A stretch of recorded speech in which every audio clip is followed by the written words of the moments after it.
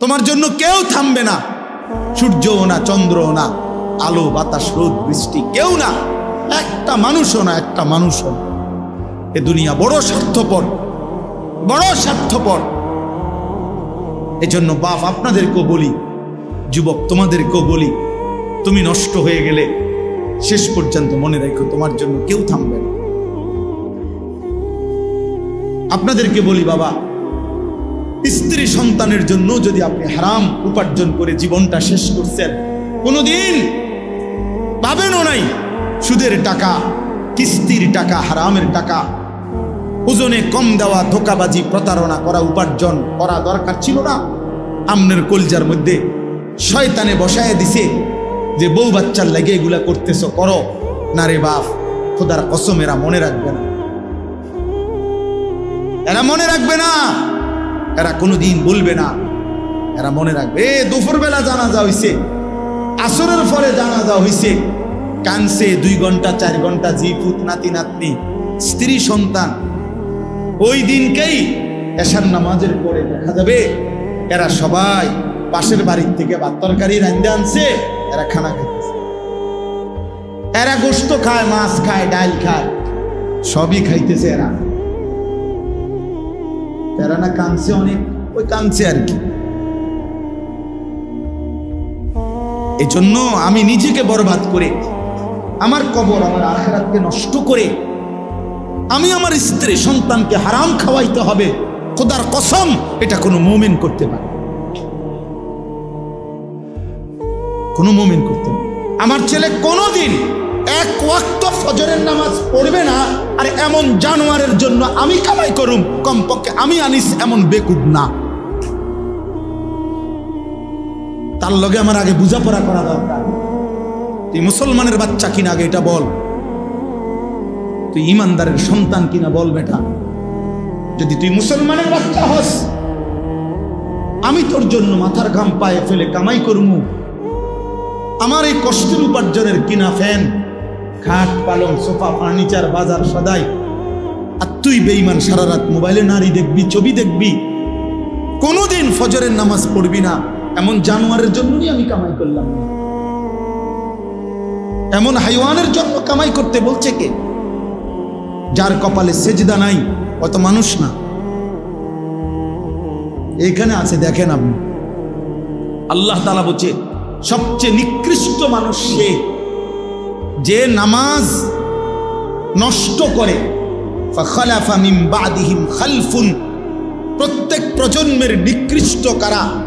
আল্লাহ বলেন আদাউস সালাহ, যারা তাদের নামাজকে নষ্ট করে দেয়।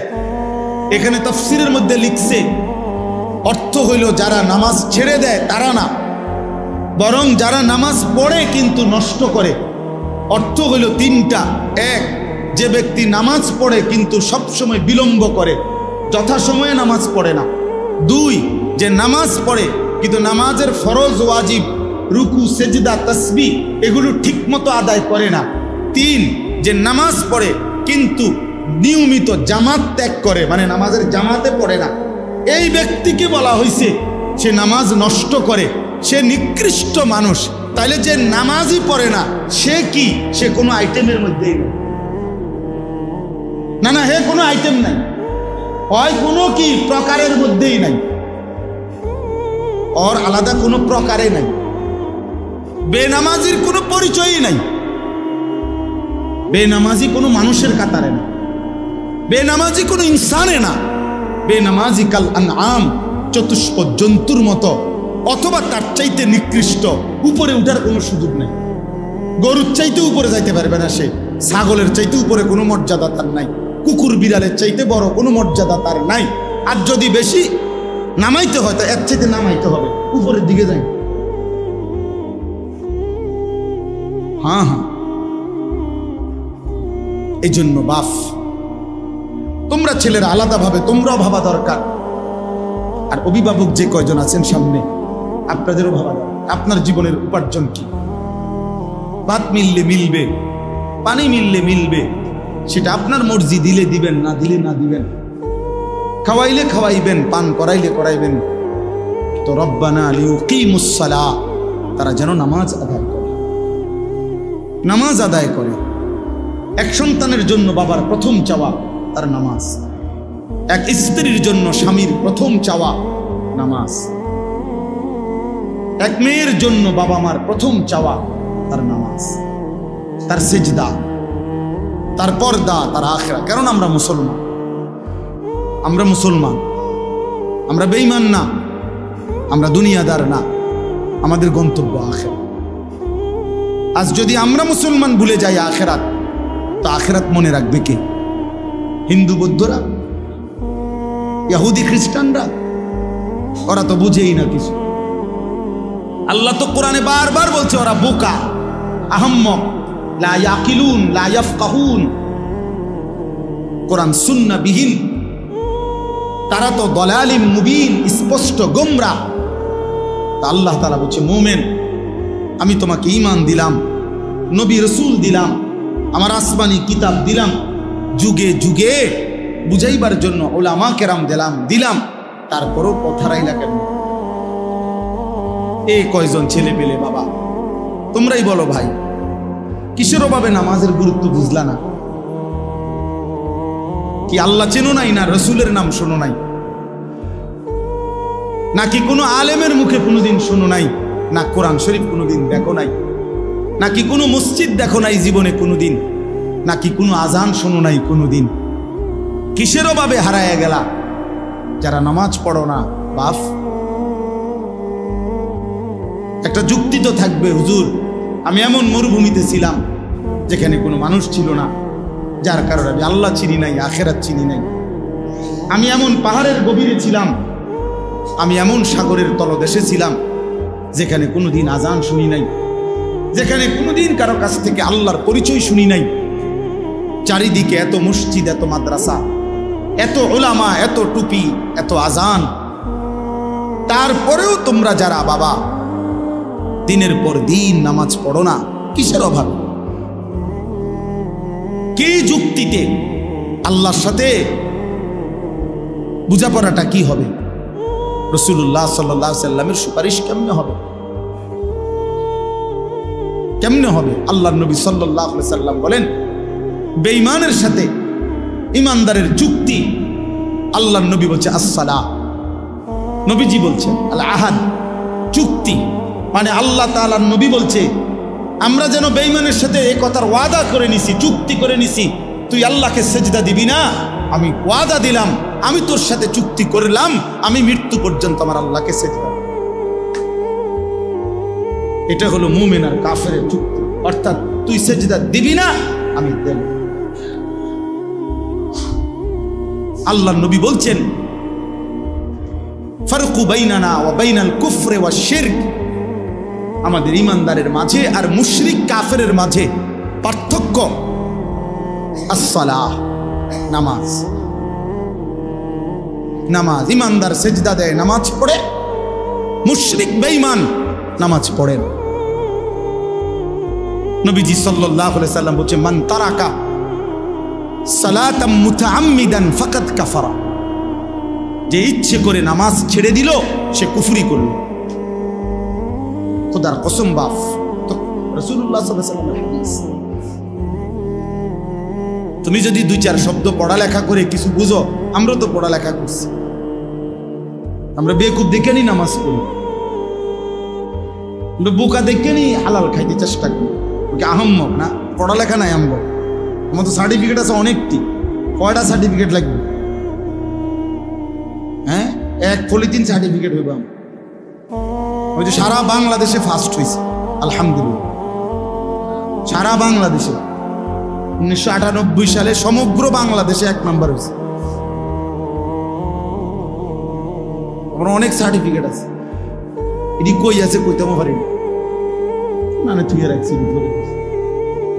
অর্থ হইল তার বোকা না, সেজদাওয়ালা কি বোকা চাচা? ওরা কি ভাবছে, ওরা কি ভাবছে? শয়তান দুশ্মন ওদেরকে একটা চুলের মধ্যে লাগায় রাখছে, যে সারাদিন চুল ফিরাইবা এভাবে, এতে সালাম, এদের একটা কাম দিছে, শুধু চুলেটারে ফিরাইবা, চুলের উপরে 3 মাসের ডিজাইন বদলাইবা, চুলের উপরে কমপক্ষে 500 টাকা চুলের সেলুনে খরচ করবা।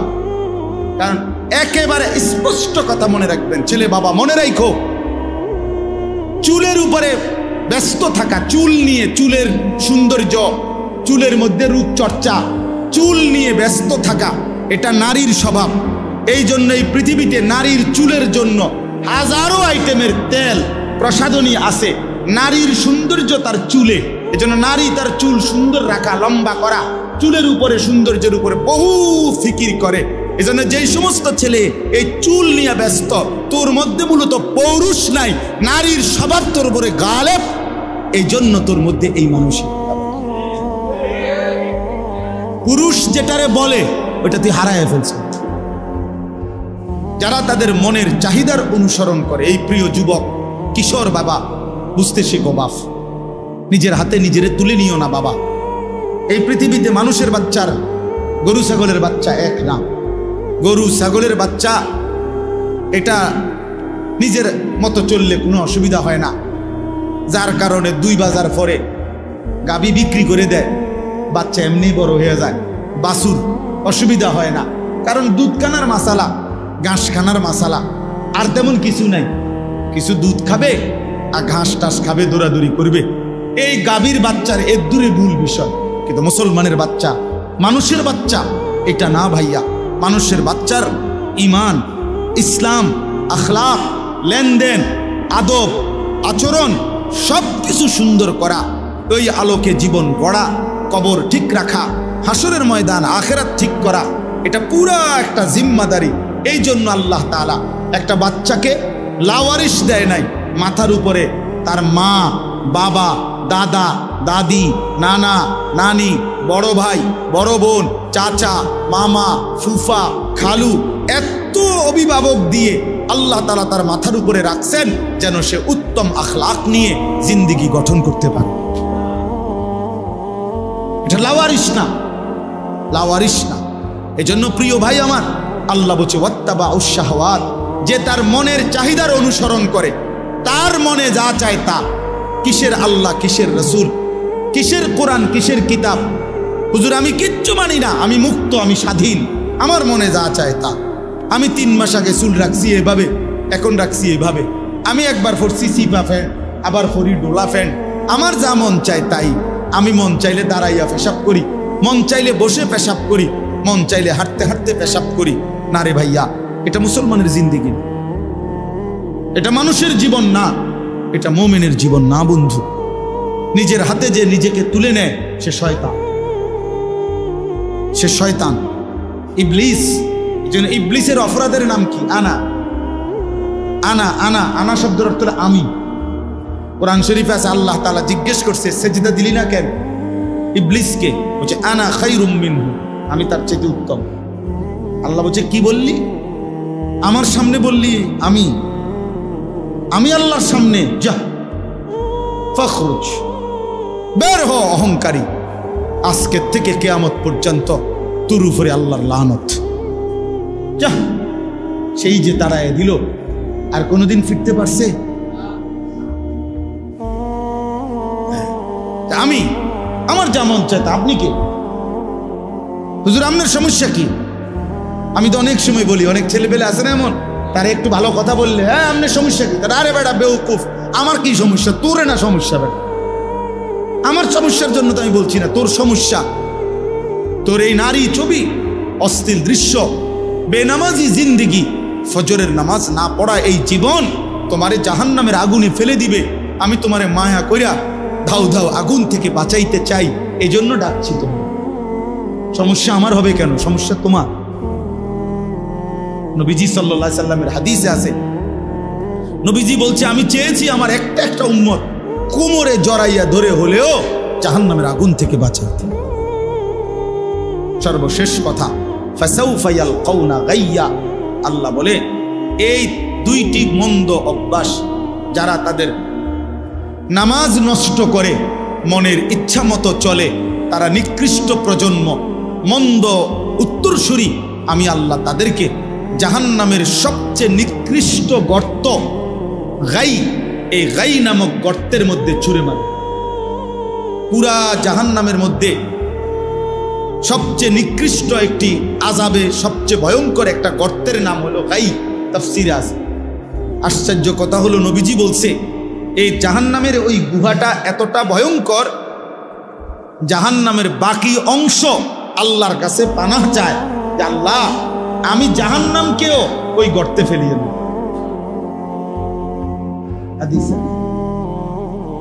আমি জাহান্নামকেও কি করেন না, ওই গাতার ফেলে। আল্লাহ বলছে ফাসাউফা ইয়ালকাউনা গাইয়া, আমি ওই নাফরমান যে নামাজ নষ্ট করে আর তার মনের মতো চলে, আমি তার সেই গাই নামক জাহান্নামের গর্তে ছুঁড়ে মারব।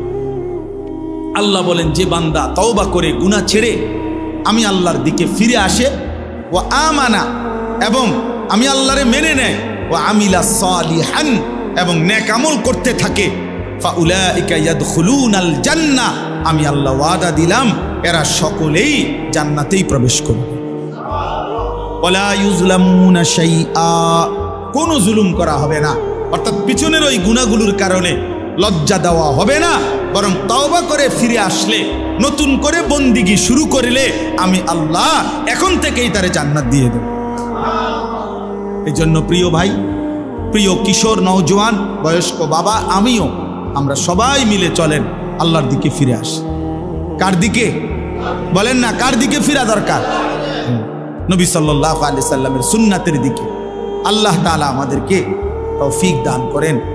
ছোটবেলায় আমরা যখন মোটামুটি পড়ালেখা করতাম, আমাদের বুঝের বয়সে আমরা ছোটবেলায় দেখছি যে ডাক্তার, একজন ডাক্তারই এমবিবিএস ডাক্তার সব রোগের চিকিৎসা করত, যে কোনো রোগীকেই ওনারা ওষুধ দিত আগে।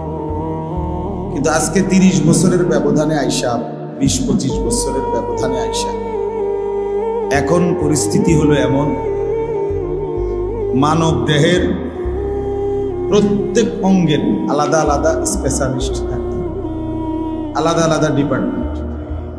নাক কান গলা আলাদা, চক্ষু আলাদা, ব্রেনের আলাদা, অনেক ডিপার্টমেন্ট, অভাব নেই, আলাদা আলাদা বিষয় ডাক্তার। আগে এমন ছিল না, আগে একই ডাক্তার সব ওষুধ দিত। কিন্তু পরিবেশ পরিস্থিতি, প্রয়োজনীয়তার বিবেচনায় ভিন্ন ভিন্ন আলাদা আলাদা ডিপার্টমেন্ট করা হয়েছে। তাইলে একটা সময় আমরা মাদ্রাসায় পড়তাম, দেখা গেছে ছোটবেলাতেও দেখছি, নুরানিতে পড়তাম, তো এক ওস্তাদ সকাল থেকে নিয়ে রাত 10টা পর্যন্ত এই 10 জন, 20 জন, 30 জন বাচ্চাকে সব বিষয় উনি একাই পড়াইতেন। সময়ের প্রয়োজনে এখন বিষয় ভিত্তিক আলাদা আলাদা শিক্ষক ভিন্ন ভিন্ন রাখা আছে। তাইলে পরিবেশ পরিস্থিতি প্রয়োজন বিবেচনায় একই বিষয়কে অনেক সময় ভাগ করা হয়, কাজটা যেন বেশি হয়, প্রয়োজন যেন বেশি পূরণ হয়। আমাদের দেশে আলহামদুলিল্লাহ একটা সময় এলাকা 10 গ্রাম 5 গ্রাম মিলে ওয়াজ মাহফিল একটা বা দুইটাই হইত। 10 গ্রামে দেখা গেছে 5 গ্রাম মিল্লা একটা মাহফিল। আমি এমন একটা মাহফিলেও গেছি, একবার 2-3 বারই গেছি ওইখানে, কিশোরগঞ্জের দিকে। ওনারা বলছে যে হুজুর, আমরা আশেপাশের মোট 10 উপজেলা মিলে এই একটা মাহফিলের আয়োজন, 10 গ্রাম না, 10টা উপজেলার লোক একসাথে হয়ে বিশাল মাহফিল। তাহলে এক সময় এমনটা ছিল। সময়ের প্রয়োজনে এখন এলাকা ভিত্তিক, মহল্লা ভিত্তিক বিভিন্ন প্রয়োজনে আলহামদুলিল্লাহ এখন অনেক মাহফিল আগের চাইতে 10 গুণ বেড়ে গেছে। প্রতিটা মসজিদওয়ালা মনে করে ওনাদের মসজিদের জন্য একটা বাৎসরিক মাহফিল করা দরকার, মাদ্রাসাওয়ালা মনে করে মাদ্রাসার জন্য একটা বাৎসরিক মাহফিল দরকার। কবরস্থানওয়ালারা আমি মনে করে কবরবাসীদের রুহের মাগফিরাতের জন্য একটা মাহফিল করা দরকার। এরকম অনেকভাবে প্রবাসীরা মনে করে যে আমরা প্রবাসীদের উদ্যোগে একটা মাহফিল হওয়া দরকার। এরকম বিভিন্ন ভাবে আলহামদুলিল্লাহ অনেক মাহফিল এখন বেড়ে গেছে।